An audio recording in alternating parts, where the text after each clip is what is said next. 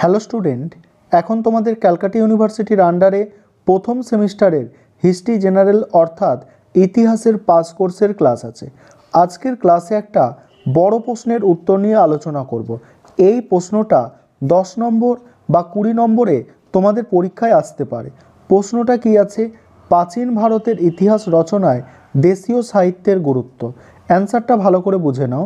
প্রাচীন ভারতে কোনো লিখিত ধারাবাহিক ইতিহাস নেই।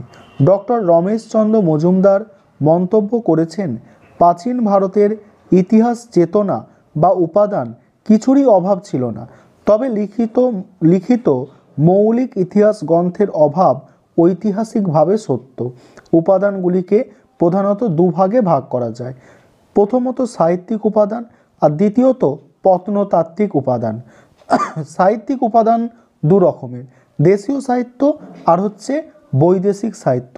যদিও খ্রিস্টপূর্ব 2500 সাল থেকেই প্রাচীন ভারতীয়রা লিখন রীতি আয়ত্ত করেছিল, তবুও পাঠোদ্ধার করা গেছে এমন প্রাচীনতম লিখিত দলিল খ্রিস্টপূর্ব 4th শতকে, আর তা পাওয়া গিয়েছে মধ্য এশিয়ায়।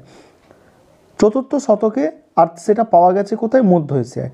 ভারতে লেখা হতো গাছের ছালের ওপরে আর তাল পাতায়। প্রাচীন সংস্কৃত দলিল যদিও সারা ভারতেই পাওয়া যায়, তবুও বেশিরভাগ দক্ষিণ ভারত, কাশ্মীর আর নেপাল থেকেই পাওয়া গেছে। তারপর কি বলা হচ্ছে? দেশীয় সাহিত্য পয়েন্ট। প্রাচীন ধর্মগ্রন্থ যেমন বেদ। কি বলা হচ্ছে? বেশিরভাগ ভারতীয় গ্রন্থ ধর্ম বিষয়ক। প্রাচীন হিন্দু ধর্মগ্রন্থের মধ্যে প্রধান হলো বেদসমূহ, রামায়ণ, মহাভারত আর পুরাণ। এছাড়া আছে অন্যান্য ধর্মশাস্ত্র, সংস্কৃতি, সাহিত্য, বৌদ্ধ ও জৈন ধর্মগ্রন্থ, জীবনচরিত, প্রাচীন ঐতিহাসিক সাহিত্য ইত্যাদি। এই গ্রন্থগুলি থেকে প্রাচীন ভারতের সামাজিক, আর্থিক এবং সাংস্কৃতিক বিষয় সম্পর্কে জানা যায়। বেদের মধ্যে ঋগ্বেদের রচনাকাল 1500 থেকে 1000 খ্রিস্টপূর্বাব্দ, কিন্তু অথর্ববেদ, যজুর্বেদ, ব্রাহ্মণ্য, অরণ্যক এবং উপনিষদ 1000 থেকে 500 খ্রিস্টপূর্বাব্দের মধ্যে রচিত হয়েছিল। বেদ জানতে গেলে বেদাঙ্গ সম্পর্কে জানা দরকার। বেদের অন্যান্য শাখা প্রশাখাগুলির মধ্যে শিক্ষা, কল্প, ব্যাকরণ, নিরোক্ত ছন্দ এবং জ্যোতিষশাস্ত্র উল্লেখযোগ্য। এগুলি বেদাঙ্গ নামে পরিচিত। এর মধ্যে পাণিনির ব্যাকরণ সবথেকে পুরাতন, সম্ভবত খ্রিস্টপূর্ব 400 অব্দে রচনা করা হয়। এই গ্রন্থ থেকে সমাজ, অর্থনীতি এবং সংস্কৃতি সম্পর্কে জানা যায়। তারপর দেখো রামায়ণ ও মহাভারত। এই দুই মহাকাব্য ও পুরাণগুলি বহু সংযোজনের পর খ্রিস্টীয় 4th শতকে সম্পূর্ণ হয় বলে পণ্ডিতরা মনে করেন। বাল্মীকির রচিত রামায়ণ মহাভারতের পরবর্তীকালের। বাল্মীকির রচিত রামায়ণ কি? মহাভারতের পরবর্তীকালে। এর রচনা শুরু হয়েছিল খ্রিস্টপূর্ব 5ম শতকে, সম্পূর্ণ হয় দ্বাদশ শতকে। তারপর দেখো জৈন ও বৌদ্ধ গ্রন্থ। বৌদ্ধ ও জৈন ধর্ম সম্পর্কিত গ্রন্থগুলিতে সমকালীন ঐতিহাসিক ব্যক্তি ও ঘটনার উল্লেখ রয়েছে। জাতক গ্রন্থগুলি গৌতম বুদ্ধের 550টি পূর্ব জন্ম নিয়ে রচিত। খ্রিস্টপূর্ব 5ম থেকে 1ম শতকে সমাজ ও অর্থনীতি বিষয়ে এগুলি অমূল্য তথ্য। সমাজ এবং অর্থনীতি বিষয়ে এগুলো অমূল্য তথ্য দেয়। মাঝে মাঝে সমকালীন রাজনীতির খবরও পাওয়া যায়। তারপর কি বলা হচ্ছে? জৈন গ্রন্থগুলি প্রকৃত ভাষায় রচিত হয়েছিল 6ষ্ঠ শতকে গুজরাটের বলভিতে। মহাবীরের সময় বিহার ও পূর্ব উত্তর প্রদেশের রাজনীতির কথা এই গ্রন্থগুলিতে পাওয়া যায়।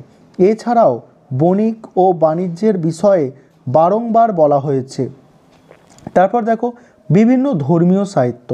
প্রাচীন ভারতের ঐতিহাসিক উপাদানের একটি গুরুত্বপূর্ণ অংশ হলো বিরাট সংখ্যক ধর্মীয় গ্রন্থ। খ্রিস্টপূর্ব 500 থেকে 200 শতকে রচিত হয়েছিল ধর্মশাস্ত্রগুলি। স্মৃতিগ্রন্থগুলি সংকলিত হয়েছিল খ্রিস্টীয় প্রথম 6 শতক জুড়ে। এই গ্রন্থগুলিতে বিভিন্ন ধর্মের মানুষদের পালনীয় রীতিনীতির কথা বলা হয়েছে, বিবাহের নিয়মকানুন, সম্পত্তি বিষয়ক বিধান ইত্যাদি এই গ্রন্থগুলিতে আছে।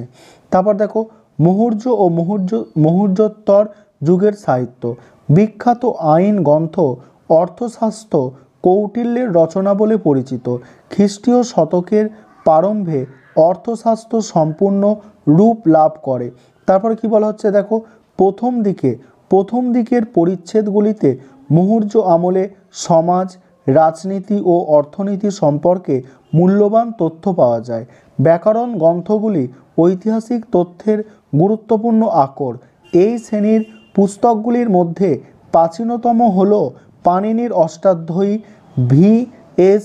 আগরওয়াল মনে করেন যে প্রাক মৌর্য আমলে জনপদগুলির কথা জানার জন্য এই বইটি হলো একমাত্র উৎস। 150 খ্রিস্টপূর্বাব্দে পতঞ্জলি রচনা করেছিলেন অষ্টাধ্যায়ী ভাষ্য। এখানে মৌর্য উত্তর যুগের প্রভৃতির তথ্য পাওয়া যায়। তারপর দেখো ভাস, সূর্যক, কালিদাস, বাণভট্ট প্রমুখ রচিত সাহিত্য সমকালীন অবস্থার ওপরে আলোকপাত করে। কালিদাসের নাটক অভিজ্ঞান শকুন্তলম থেকে গুপ্ত যুগের সামাজিক ও সাংস্কৃতিক জগতের ছবি পাওয়া যায়। তারপর দেখো সঙ্গম সাহিত্য। প্রাচীনতম তামিল সাহিত্য হলো সঙ্গম সাহিত্য। রাজা এবং প্রধান ব্যক্তিগণের পৃষ্ঠপোষকতায় অনেক কবি একত্রে সম্মিলিত হয়ে কাব্য রচনা করতেন বলে বিপুল পরিমাণ এই সাহিত্য সঙ্গম সাহিত্য নামে পরিচিত। তারপর দেখো খ্রিস্টীয় প্রথম 4 শতক জুড়ে এই রচনা প্রক্রিয়া চলেছিল। এবারে আছে সীমাবদ্ধতা। প্রাচীন ভারতের ইতিহাস রচনায় সাহিত্যিকগণ তথ্যের ক্ষেত্রে কিছু সীমাবদ্ধতা দেখা যায়।